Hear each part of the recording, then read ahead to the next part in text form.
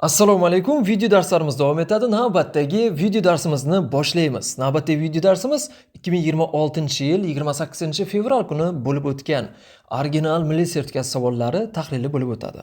Demak, bizga birinchi misolimiz berilgan ekan. Hisoblang.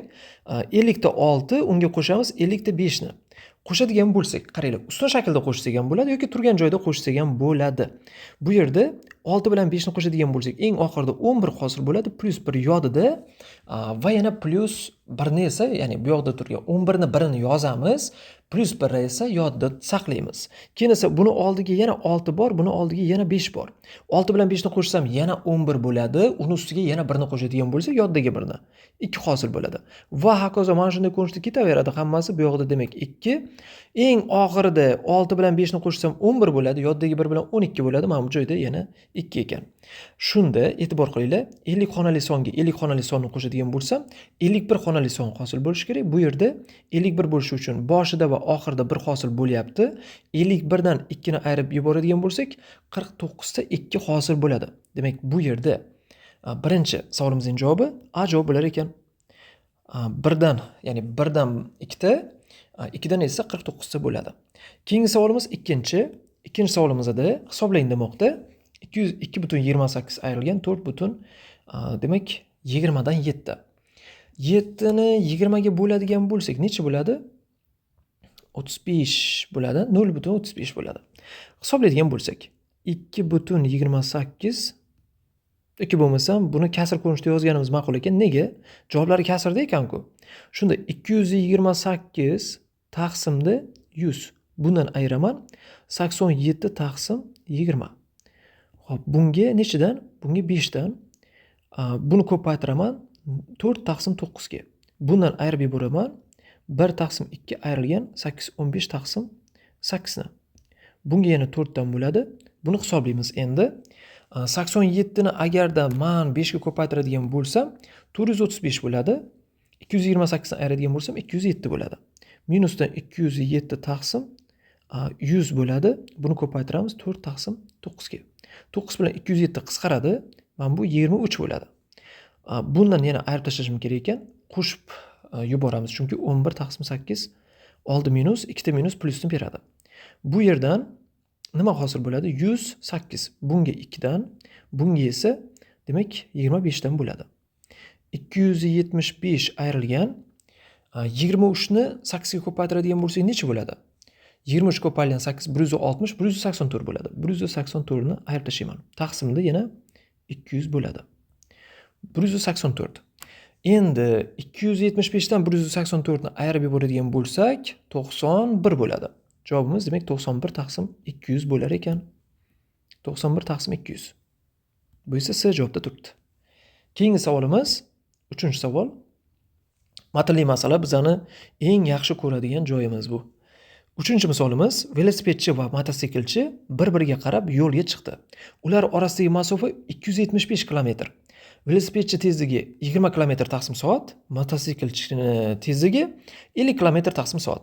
Agar velosipedchi 15 minut dam olgan bo'lsa, endi charchaydi har holda, mototsiklchi velosipedchi bilan uchrashgunigacha necha kilometr masofani bosib o'tadi degan savol bo'lmoqda. Demak, tasavvur qilinglar, bu yerda men chizadigan bo'lsam, bu joyda A punkti bor. A punkti bor. Velosipedchini yo'lga chiqqan punkti va bu yerda B punkti bor. Endi diqqat qilamiz. Bu yerdan velosipedchi yo'lga chiqdi va velosipedchi. Bu yoqdan esa V mototsiklchi. Diqqat qiling. Velosipedchi qaysidir bir nuqtaga keldi, 15 daqiqa dam oldi. 15 daqiqa. 15 daqiqa dam olgan paytida mototsiklchi yo'lda davom etdi. Aytmoqchimanki, mototsiklchi 15 daqiqada qancha masofa bosib o'tadi? 275 dan ayirib tashlayman va mototsiklchi ko'paytirilgan 15 daqiqa, ya'ni T vaqt deylik. Buni hisoblaydigan bo'lsak, 275 km ayrilgan mototsiklchining tezligi 50 edi. 15 daqiqa deganimiz 15 taqsim 60, 1 taqsim 4 soat ekan. Buni hisoblasak 275 ayrilgan 12,5 bo'ladimi? Buni hisoblasam 267, demak 267 debman, uzr. 75 dan demak 12,5 ni ayiradigan bo'lsak 63, 62,5. 262,5 bo'lar ekan. 262,5. 262,5 kilometrni ular ikkalasi birgalikda bosib o'tdi. Ya'ni velosipedchi bilan mototsiklchi ikkalasi birgalikda bosib o'tdi. Jamini yozamiz. 262,5 kilometrni velosipedchi plus mototsiklchi birgalikda qanchadir vaqtda bosib o'tishdi. Vaqtimiz esa, ya'ni bu yerda t bo'lsin. Mana shu yerdan t ni topadigan bo'lsak, 262,5 ni bo'lib yuborishimiz kerak ekan 70 ga. Buni hisoblaydigan bo'lsak, javobimiz 3,75 soat bo'ladi. 3,75 soatni yana o'sha mototsiklchini tezligiga ko'paytiraman. Shunda mototsiklchi necha kilometr yurgan? 37,5 ni 5 ga ko'paytiradigan bo'lsam 187,5 bo'ladi. Shunda 187,5 ga 12,5 ni qo'shadigan bo'lsam, boshida 12,5 kilometr yurgan edi-ku. Ikkalasini qo'shadigan bo'lsam, javobimiz jami 200 kilometr yurgan bo'ladi. 3-savolning javobi 200 kilometr, ya'ni D javob bo'lar ekan. Navbatdagi savolimiz 4-misol. Katetlari x, y gipotenuzasi 3/5 ga teng bo'lgan to'g'ri burchakli uchburchak uchun x'imiz 133,3% ga, y'imiz esa 16,3% ga oshirilganda yig'indisi 14 ga teng bo'lsa uchburchak yuzini toping degan savol bo'lmoqda ekan. Demak, x ni ko'paytiraman. 133,3% deganimiz bu 400 taqsim 3 bo'ladi. Unga yana qo'shamiz. Shuncha foizga deyapti. Qaranglar, bunda demak 400 taqsim 3 ga yana 100 ni qo'shishim kerak. Men bu joyda yozib qo'yay. Yana 100 ni qo'shaman. Chunki bu foizlarda hisoblayapmiz. Endi foizlardan ham songa o'tkazadigan bo'lsam, mana ko'rinishda yozaydi. Birato'la 1 qo'shilgan 4 taqsim 3 plus y ko'paytirilgan 1 qo'shilgan 5 taqsim 50 taqsim 3. 5 taqsim 3. Mana shunday ko'rinishda bo'ladi. 5 taqsim 1 qo'shilgan 5 taqsim 3. Xo'p, buni hisoblaydigan bo'lsak, 5 taqsim 3 bo'ladi. 48 50 taqsim 3. 50 taqsim 3 bo'ladigan bo'lsa 3,5 bo'ladi. Demak, mana bu 0,5. 0,5 taqsim 3. 3,5 taqsim 3 to'g'ri. Mana shunday ko'rinishda bo'lar ekan. Endi bu teng bo'ladi 14 ga. Shundan 7x taqsim 3 qo'shilgan 3,5 y taqsim 3 teng bo'ladi 14 ga. Qaranglar, bu yerda nima uchun 0,5 bo'ldi demanglar. Chunki 50 taqsim 3 ni 100 ga bo'lib yuboradigan bo'lsam, 100 ga bo'lsam necha bo'ladi? Bitta 0 kessa, bu yoqda bitta 0 kessa 5 taqsim 10 bo'ladi. 5 taqsim 10 ni 0,5 taqsim 3 deb yozib oldim-da. Shunda 3,5 ga bo'laman va 3 ga ko'paytiraman. 2x qo'shilgan y teng bo'lar ekan 3,5 ga bo'lsam 4, 3 ga ko'paytirsam 12. Mana shunday ko'rinishda. Endi x kvadratga y kvadratni qo'shadigan bo'lsam 3/5 ni kvadrati. 3/5 ni kvadrati degani 9 45 bo'lar ekan. 45. Kvadratlar yig'indisi 45 bo'lyapti. 2x ga y ni qo'shganimiz esa nimaga teng bo'lyapti? 12 ga teng bo'lyapti. Bu qaysi sonlar? Xo'p, bu qaysi sonlar? Yoki bu buni pastdagini kvadratga oshirib yuborsakmi?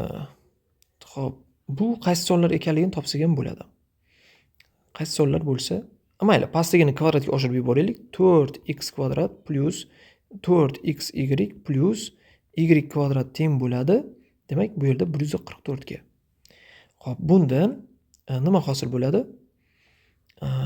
Bundan soddalashtirsak, bundan soddalashtirsak ko'proq vaqtimiz ketib qolar ekan, ayirma qilishimiz kerak ekan. Undan ko'ra, mana bu joyda y topsak, 2x - 12 yuqoriga borib qo'yganimiz ma'qul ekan. 2x - 12 ni qavs kvadrati qo'shilgan x kvadrat teng bo'ladi 45 ga. Bundan 4x kvadrat minusdan 24 48x plusdan 144 plusdan x kvadrat teng bo'ladi 45 ga. Buni soddalashtiradigan bo'lsak, 5x kvadrat minusdan 48x keyin esa plusdan 99. Bu teng bo'ladi 0 ga. Xo'p, demak, bu tenglamadan x ning 3 buni yechimi ekanligi kelib chiqadi. Ya'ni 99 ni bo'luvchisi bo'lishi kerak. Ya'ni butun son bo'yicha tekshirib ko'radigan bo'lsak 99 ning bo'luvchisi bo'lsin va buni ko'paytirib qo'shgan paytimizda yechimi bo'lsin yoki diskriminant qilib yechsangiz ham bo'ladi. Yoki ko'paytiruvchilarga yashasak ham. X teng 3 buni yechimi ekan. X ning o'rniga 3 ni qo'yadigan bo'lsak, y imiz 6 bo'ladi. Shunda 3 ko'payilgan 6 taqsim 2 bundan javobimiz 9 ekanligi kelib chiqadi. Bu savolning javobi 9 ekan. Agar yo'q, bu usuldan ko'ra maqbulroq usuli men tanlash qilaman, mana shu joyini o'zida desanglar, bu yerda ham tanlash qilsanglar bo'lar ekan o'zi aslida. X ning o'rniga demak, qanaqadir bir tog' sonni tanlaysizlar, 3 ni tanlasanglar, demak 9 bo'ladi. Y imiz esa 6. 9 ga 6 ni qo'shsanglar 45 bo'lar ekan. Bu esa 4-misolimiz yechimi edi. 5-misolimiz hisoblang bo'lmoqda. Hisoblangni ishlaymiz. Xo'p, bu anchagina yengilroq savol ekan. Demak, bizda nima bor? 2 taqsim 3 ni minus 3-si. 3 taqsim 2 ni kubi desam bo'ladi. Bu ko'paytirilgan 1,875. 1,875 degani nima? 875 yoki bo'lmasam 375 oxirida 3 ta, virguldan keyin 3 ta bo'ladigan bo'lsa, o'shani 8 ga ko'paytirib 8 ga bo'linglar. 8 ga ko'paytiradigan bo'lsak 15 bo'ladi mana shu. Ya'ni 1,875 degani 15 taqsim 8 degani. Mana shuni ham minus 1-darajasi bo'lyapti. Hisoblaydigan bo'lsak 27 taqsim 8 ko'paytirilgan 8 taqsim 15 bo'ladi. 8 bilan 8 qisqarib ketadigan bo'lsa, 27 bilan 15 qisqarsa 3 ga bo'linadi, mana bu joy 9, 3 ga bo'linsa mana bu joy 5.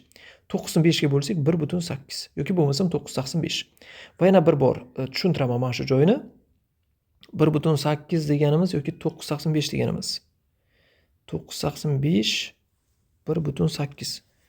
Bu yerda unaqa javob yo'q ekan.